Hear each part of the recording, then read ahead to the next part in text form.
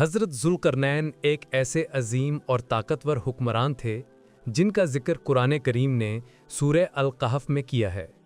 قرآن نے ان کا اصل نام ظاہر نہیں کیا، لیکن ان کا لقب ذوالقرنین دیا گیا، جس کا مطلب ہے دو سینگوں والا یا دو دوروں کا حکمران۔ یہ لقب اس لیے دیا گیا کہ یا تو ان کے سر پر دو سینگ والا تاج تھا یا پھر ان کا اختیار دو سمتوں مشرق اور مغرب تک پھیلا ہوا تھا۔ کچھ مفسرین کہتے ہیں کہ اس لقب کا مطلب یہ بھی ہو سکتا ہے کہ ان کی حکومت دو عظیم دوروں تک جاری رہی، ان کے وقت سے پہلے بھی اور بعد میں بھی ان کا اثر زندہ رہا۔ ان کا اصل ملک مختلف روایات کے مطابق فارس یعنی آج کا ایران یا بابل یعنی عراق تھا۔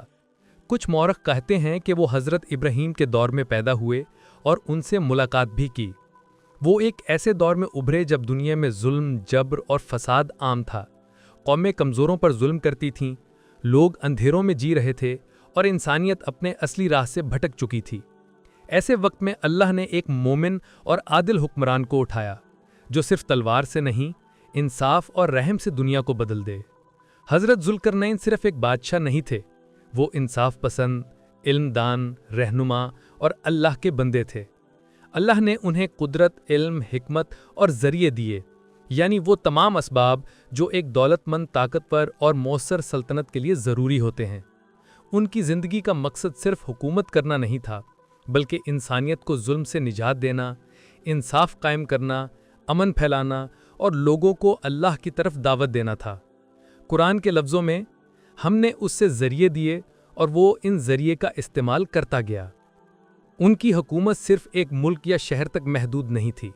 وہ اپنی کرسی پر بیٹھ کر فیصلے نہیں کرتے تھے، بلکہ خود سفر پر نکلتے، لوگوں کے درمیان جا کر ان کے مسائل سمجھتے اور ان کا حل نکالتے۔ یہی وجہ تھی کہ انہوں نے 3 عظیم سفر کیے اور ہر سفر انسانی تاریخ میں ایک مثال بن گیا۔ سب سے پہلا سفر مغرب کی طرف تھا، جہاں سورج ڈوبتا تھا۔ وہاں کے لوگ دشمنی، ظلم اور نفسانہ خواہشات میں الجھے ہوئے تھے۔ کمزور لوگ مظلوم تھے اور طاقتور ان پر جبر کرتے تھے۔ حضرت ذوالقرنین نے اللہ سے ملے اختیار کا صحیح استعمال کیا، جو ظلم کرتا اسے سزا دیتے اور جو ایماندار اور نیک ہوتا اس پر احسان کرتے۔ ان کا یہ عمل ہمیں سکھاتا ہے کہ حکومت کا سب سے پہلا فرض انصاف ہے، شہرت نہیں۔ انہوں نے دکھایا کہ اصل طاقت صرف تب ہے جب وہ ظلم کو روکے اور مظلوم کا ساتھی بنے۔ دوسرا سفر مشرق کی طرف تھا۔ وہاں کے لوگ بالکل فرق تھے۔ وہ کسی سے جنگ نہیں کر رہے تھے، لیکن وہ بے سایہ اور بے آسرا زندگی گزارتے تھے۔ نہ ان کے پاس چھت تھی، نہ تحفظ۔